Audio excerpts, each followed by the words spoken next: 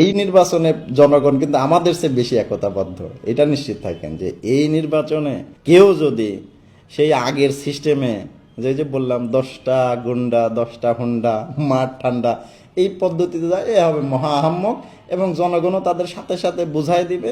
আর আমরা তো প্রশাসন আছি তাদের বুঝাই দেওয়ার জন্য, আইনি ভাষায় কঠিন অবস্থা তার হয়ে যাবে, এটা তো আপনি বুঝতেই পারবেন। এত কিছু বলার পরেও এত কিছু করার পরেও যদি না শুনে, ভোট কেন্দ্রে যদি আবারও সেই আগের মতো দখল লুণ্ঠন এবং আমাদের প্রতি আক্রমণের অবস্থায় চলে আসে, আমরা ভাই বাঁচাইতে জনগণের অধিকার রক্ষা করতে তো গুলি করবই, এবং এইটা আমরা অগ্রিম অনুমোদন নিয়েই নেব ইনশাল্লাহ।